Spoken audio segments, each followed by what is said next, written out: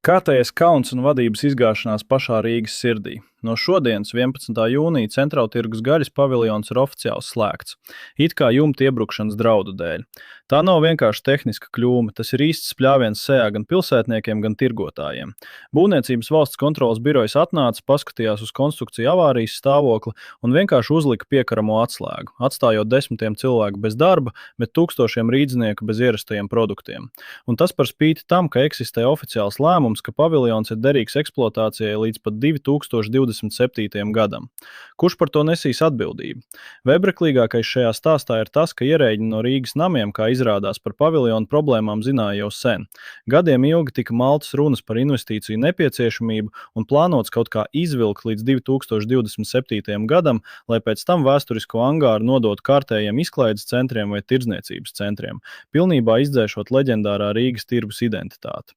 Tagad Rīgas mēs kā parasti steidzam pieprasa atrast vainīgos un izvērtēt vadības atbildību.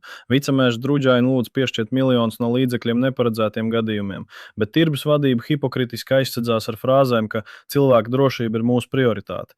Bet kur bija jūsu prioritāte, kad ēka tika nolaista līdz kliņķim un konstrukcijas pūvu tieši zem deguna atbildīgajiem saimniekiem?